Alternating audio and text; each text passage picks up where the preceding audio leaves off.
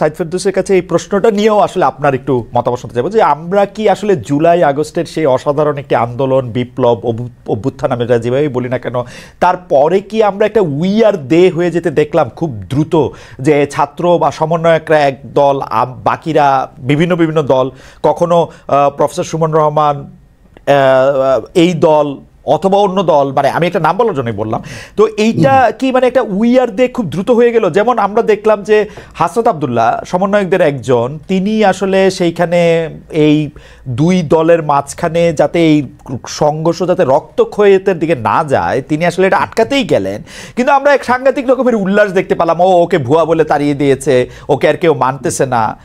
এইটা আপনি আসলে কিভাবে দেখেন? এবং পাশাপাশি দর্শকরা একটা প্রশ্ন করতেছেন যে এই যে শিক্ষকদের অবমাননা, এইটা আসলে এই 5 আগস্টের পরে এত বেশি করা হয়েছে যে কোনটা যে ভালো কারণে করা হয়েছে, কোনটা খারাপ কারণে করা হয়েছে, এটাই এখন একটা বোঝা মুশকিল। আপনি যদি একটু বলতেন। অধ্যাপক ফেরদৌসকে শুনে আমরা অধ্যাপক রহমানকেও এই প্রসঙ্গে একটু শুনতে চাই। অধ্যাপক সাইদ ফেরদৌস। ধন্যবাদ খালেদ। এটা একটা বড় প্রশ্ন, আসলে একটু খুলে আসলে আলাপটা হওয়া দরকার। সেটা হচ্ছে, দেখেন, 5ই আগস্টে একটা ঘটনা ঘটেছে, সেটা হচ্ছে যে দীর্ঘদিনের যে জগদ্দল পাথর, যে স্বৈরশাসন, তার অবসান ঘটেছে। কিন্তু এটা তো এরকম না যে রূপকথার গল্প না, যে ডাইনি মরে গেল আর প্রাসাদের রাজকন্যা জেগে উঠলো ঘুম থেকে, আর গাছে গাছে ফুল ফুটলো আর পাখি গাইতে শুরু করলো। রূপকথায় এটা ঘটে যে ডাইনি মরে যাওয়ার মাত্র ডাইনির মায়াজাল কেটে যায়, আর তখন সবাই, জীবিত মানুষেরা সব মৃতের দেশ থেকে ফিরে আসে এবং আনন্দ করতে থাকে। রূপকথা এটা ঘটে, বাস্তবে তো এটা ঘটবে না। ফলে স্বৈরশাসন চলে গেছে, কিন্তু তার তো লিগেসি আছে। তার লিগেসি শুধু, ধরেন, আমরা বারবার বলি অর্থনীতি শেষ হয়ে গেছে, রাজনীতি শেষ হয়ে গেছে, কোনো প্রতিষ্ঠান নাই, সেগুলো তো আছেই। ধরেন প্রতিষ্ঠানগুলো চূড়ান্ত দলীয়করণ হয়েছে, আইন কানুন বলে কোনো কিছু তোয়াক্কা কোনো প্রতিষ্ঠানে হচ্ছে না, যে যার মতো সুবিধা মতো সেটাকে নিজের মতো করে নিয়েছে, সেগুলো তো আছেই। কিন্তু ধরেন আমাদের সামাজিক এবং সাংস্কৃতিক পরিসরেও এই যে দীর্ঘ স্বৈরশাসন, তার একটা ছাপ কি ছিল না? আমরাও কি নিজেদের মনের ভেতরে ছোট ছোট ছোট বড় স্বৈরাচারী হয়ে উঠিনি? ফলে যারা শেখ হাসিনার বিরুদ্ধে দাঁড়িয়েছি, যারা স্বৈরাচারকে ঠেকিয়েছি, তাদের মধ্যেও কি এমন এলিমেন্ট ছিল না? ফলে এটা কিন্তু খুব প্রত্যাশিত ছিলই। এটা কি আমরা জানতাম না যে শেখ হাসিনা সরে যাওয়া মাত্র, শেখ হাসিনা যতক্ষণ সামনে, ততক্ষণ যে ভিন্ন রাজনীতির ভিন্ন বর্গের মানুষের সাথে আমি একসাথে দাঁড়াচ্ছি, শেখ হাসিনার বিরুদ্ধে দাঁড়ানোর সময় আমরা বলছি, খুব সাহসিকতার সাথে আমরা বলছি যে হোক না আবু সাইদ জামাত, তাতে কি হয়েছে? আমি জামাতের রাজনীতি করি না, কিন্তু হোক আবু সাইদ জামাত, তাই বলে কি তাকে মেরে ফেলা যায় কিনা? কিন্তু যখন শেখ হাসিনা সরে গেল, তখন কিন্তু আদর্শ, রাজনীতি, দল, স্বার্থ, গোষ্ঠী, ব্যক্তি, নানা জায়গায় বিভাজনের এগুলো দেখা স্পষ্ট হতে থাকলো। এবং এটা তো হওয়ারই কথা, আসলে এটা হওয়ারই কথা। এবং বিশেষ করে এটা আরো আমাদেরকে এফেক্ট করছে, কেননা যেহেতু প্রতিষ্ঠান বলে কিছু নাই, নিয়ম কানুন বলে কিছু নাই। ফলে আপনি শিক্ষক লাঞ্ছনার কথা যে বলছেন, আমি এই প্রশ্নগুলোকে খুব নিরীহ প্রশ্ন হিসেবে দেখতে পাই না আসলে খালেদ।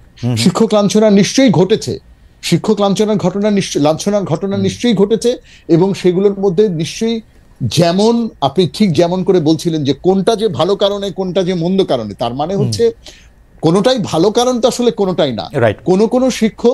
কোনো শিক্ষক নিপীড়কের প্রতীক হয়ে উঠেছিলেন, কোনো শিক্ষক স্বেচ্ছাচারিতা করেছিলেন, কোনো শিক্ষক স্বেচ্ছাচারের দাস্যবৃত্তি করেছিলেন। ফলে তাদেরকে ছাত্র জনতা বা ক্ষুব্ধ মানুষেরা তাদের উপর চড়া হয়েছে। আবার এইরকম একটা টার্ময়েলের মধ্যে যখন এইরকম একটা ট্রান্সফরমেশনের ঘটনা ঘটে, আমরা তো কখনো গণ অভ্যুত্থান চোখের সামনে দেখিনি খালেদ। আপনি কিংবা আমি আমার জীবদ্দশায় 90-এর যেটা দেখেছি, তার তুলনায় এটা ম্যাগনিচিউডের দিক থেকে অনেক বড়। তো এইরকম একটা সময়ে কে কার পেটে কখন কোন দিক থেকে ছুরি মেরে দেয়। 71-এর গল্পটা অনেকদিন পরে শুনতে যেমন মনে হয় রাজাকার বনাম মুক্তিযোদ্ধা, কিন্তু আমাকে ডাচ গবেষক উইলিয়াম ভ্যান শ্যান্ডেল অনেক বছর আগে বলেছিলেন যে তোমার কি মনে হয় না যে এই যে রাজাকার আর মুক্তিযোদ্ধার ক্যাটেগরাইজেশন, এখানে বাংলাদেশের গ্রামীণ সমাজের যে কৃষিজ সম্পর্ক এবং জমি নিয়ে যে বিবাদ, সেটাও এই ডাইমেনশনের সাথে জড়িয়ে বিষয়টাকে জটিল করে তোলে। তার মানে হচ্ছে আজকে আপনি খুব সহজ করে এটাকে রাজাকার মুক্তিযোদ্ধা বলতে পারছেন, কিন্তু তখন কিন্তু অ্যাকচুয়ালি ঘটনাটা শুধু ওইটুকু ছিল না। তো এখনো ঠিক কে কার ব্যক্তিগত স্বার্থে, গোষ্ঠী স্বার্থে, কোন স্বার্থ চরিতার্থ করার জন্য কার পিঠে ছুরি বসিয়ে দিচ্ছে, কি অভিযোগ তুলে, ঘটতেই পারে, এইরকমটা ঘটতেই পারে। কিন্তু আমি বলবো 5ই আগস্টের সময় Bangladesh did a splendid thing. বাংলাদেশে 5ই আগস্টের মুহূর্তে যত অরাজকতা হতে পারত বলে আশঙ্কা ছিল, খোদ আওয়ামী লীগের মন্ত্রীরাই, ওবায়দুল কাদের নিজ মুখে বলেছিলেন যে তারা যখন নেমে যাবেন তখন কি হবে। সেই তুলনায় আমি খালেদ কোনো আত্মতৃপ্তির কথা বলছি না, আমি কোনো ডিফেন্সেও যাচ্ছি না, আমি কাউকে ডিফেন্ড করার দায়িত্ব নিয়ে বসি নাই, আমি নিজেকেও ডিফেন্ড করছি না, আমার কোনো আত্মতৃপ্তিও নাই। কিন্তু এটাও আমি মনে করি যে 5ই আগস্টের পরে বাংলাদেশের মানুষ যথেষ্ট রেস্ট্রেইন ছিল, তারপরেও যে দুঃখজনক ঘটনা কোথাও ঘটে নাই, হ্যাঁ শিক্ষককে লাঞ্ছিত হতে দেখি নাই তা না, সেটা হচ্ছে একটা। আর আপনি আরেকটা জিনিস যেন এটার আগে ঢোকার আগে সুমনের ওই আলাপের থেকে কোনখানে এসেছিলেন, ও এই যে উই আর দে প্রসঙ্গ, উই আর দে তো হবেই খালেদ, মানে এটা তো আমি আপনাকে বললাম যে উই আর দে হবারই কথা, কিন্তু কতগুলো মৌলিক জায়গাতে আমাদের সম্ভবত এখনো ঐক্যমত্যের প্রয়োজন ছিল, কিন্তু সেই জায়গাগুলো সম্ভবত আমরা একটু একটু করে হারাচ্ছি। সেটা দুঃখজনক বা সেটা চিন্তার।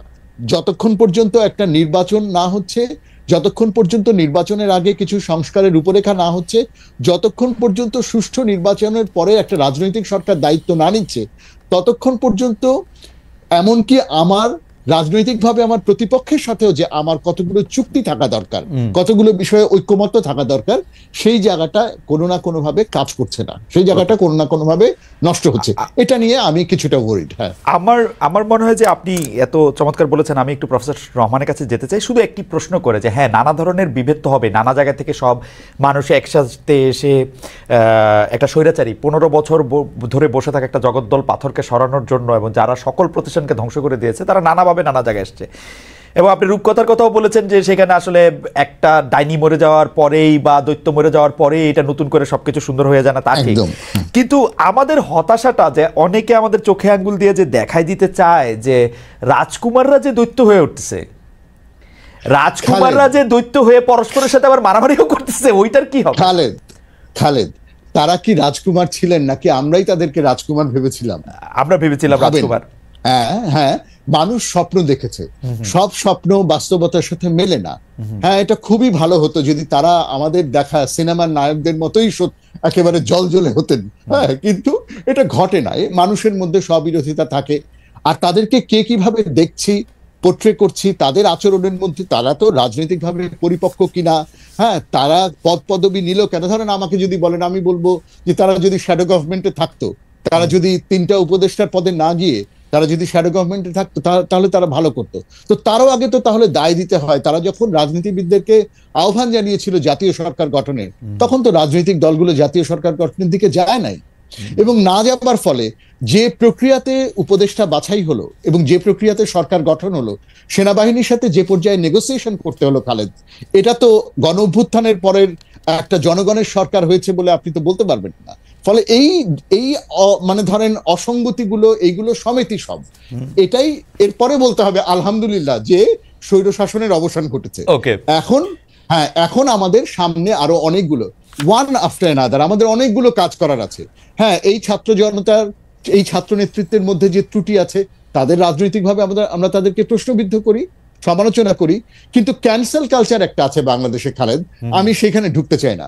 আমি কাউকেই এই জুলাই অভ্যুত্থানের সাথে যুক্ত কোনো পক্ষকেই ক্যান্সেল করতে চাই না, এমনকি জামাতকেও না, বিএনপিকে তো না, কাউকেই ক্যান্সেল করতে চাই না। আমি মনে করি সকল দলমতের মানুষ শেখ হাসিনার বিরুদ্ধে বা স্বৈর শাসনের বিরুদ্ধে শেষ মুহূর্তে যে একসাথে দাঁড়াতে পেরেছিল, এটা আমাদের জীবনের একটা পরম অর্জন। আপনি তো প্রতিপক্ষকেও ক্যান্সেল করতে চান না, কিন্তু আমরা দেখলাম যে সাংবাদিকদের ক্যান্সেল করা হয়েছে, সেইটাকে আবার জাস্টিফাইড বলে আরেকটা নিউজ করা হয়েছে, এবং সেইটাকে আবার শেয়ার দিচ্ছেন প্রেস সচিব।